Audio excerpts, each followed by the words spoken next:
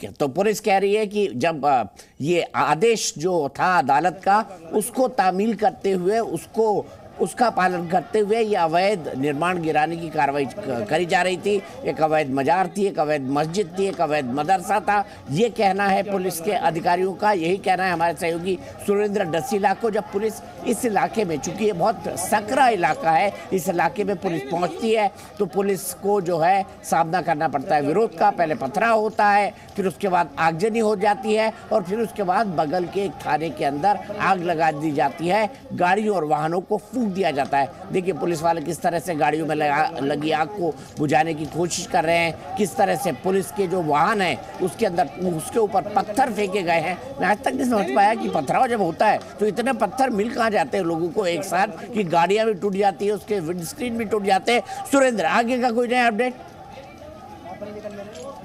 दीपक जी, बिल्कुल अभी प्रशासन की टीमें यही स्थिति को कंट्रोल करने की कोशिश कर रहे हैं और जो ज्यादा से ज्यादा लोग वहां फंसे थे, थाने के पुलिसकर्मी, उन लोगों के बारे में पता किया जा रहा है कि वहां ऐसा तो नहीं कि प्रशासन के लोग अभी भी अंदर फंसे हुए हों।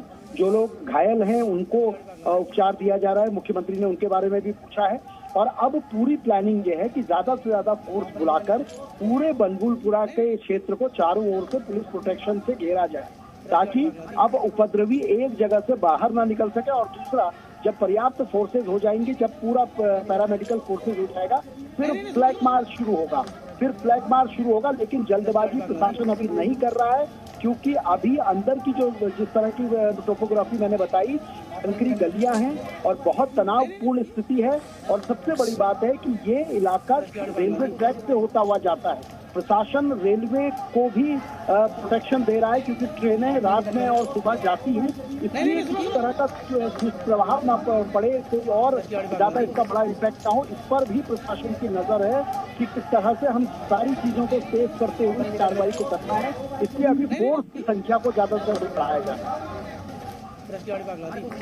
ठीक है सुरेंद्र, मैं ये भी जानना चाहूंगा आपसे कि वहां पर आसपास के जिले किस तरीके से हैं, किस तरह की उनकी टोपोग्राफी है और इसको लेकर क्या क्या एहतियात बरता जा रहा है कि आगे ये जो चिंगारी है ये आगे किसी बड़ी आग में न भड़के।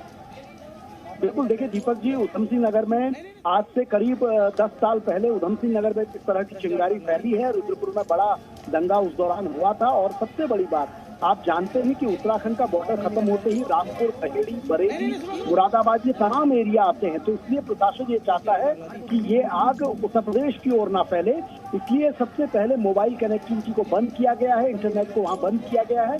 और दूसरा, तमाम बॉर्डर सील किए गए हैं।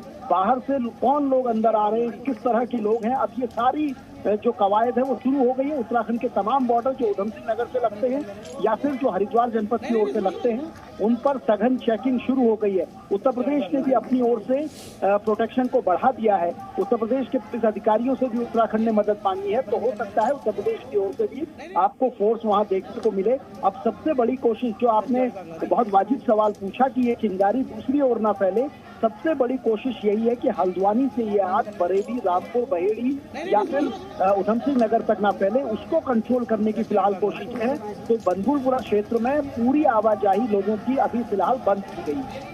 ठीक है, और मैं आपसे फिर एक बार अपडेट चाहूंगा, क्या कोई जानकारी मिल पा रही है कि कितने लोग अभी अंदर फंसे हुए हैं, कितने प्रशासन और पुलिस के लोगों को निकालना है? क्योंकि आपने कहा 500 से 700 प्रशासन, पुलिस और अन्य कर्मचारी अंदर गए थे, जिसमें से 100 लोग घायल हैं, कुछ अंदर हो सकते हैं। मैं कोई अटकल नहीं लगाना चाहता हूँ, कोई पुख्ता जानकारी आपके पास?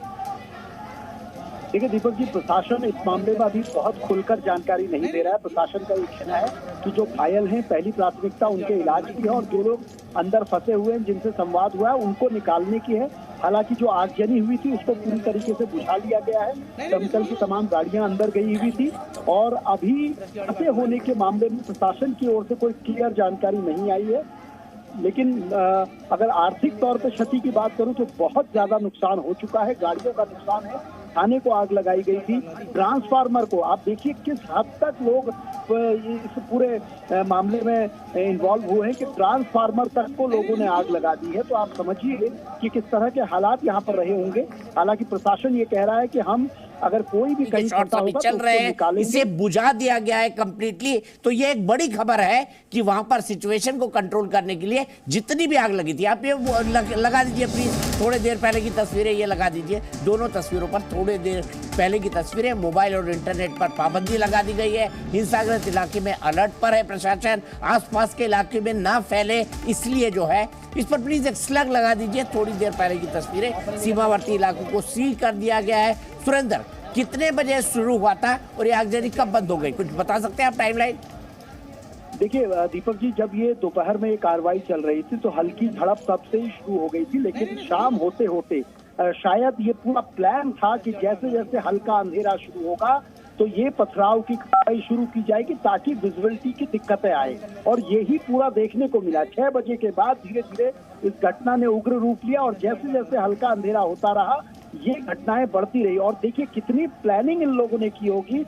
मलिक के बगीचे में जहां पूरा फोर्स तैनात था वहां बड़ी घटना नहीं की गई, उसके अलावा जो थाने और थाने के आसपास की जगह थी सबसे पहले आगजनी की शुरुआत वहां से की गई, ताकि ये लोग ये सोचते, ये इनका पूरा प्लान था कि सारा फोर्स जो है वो अवैध मदरसे और अवैध मस्जिद को हटाने में लगा हुआ है और जिस जगह पर फोर्स कम होगा वहां से शुरुआत होगी। और ये पूरा प्लान तरीके से दिखता है। हालांकि ये पूरा जांच के बाद क्लियर होगा कि ये घटना किस तरीके से अंजाम दी गई, लेकिन जो शुरुआती जानकारी मिल रही है उसमें यही है कि ये पूरी तरीके से षड्यंत्र रचा गया है जो शुरुआत में दिख रहा है। ठीक है, बहुत बहुत शुक्रिया सुरेंद्र, लगातार आप अपडेट लेते रहिए, हम जी न्यूज पर आपको पल पल का अपडेट देते रहेंगे। जी न्यूज।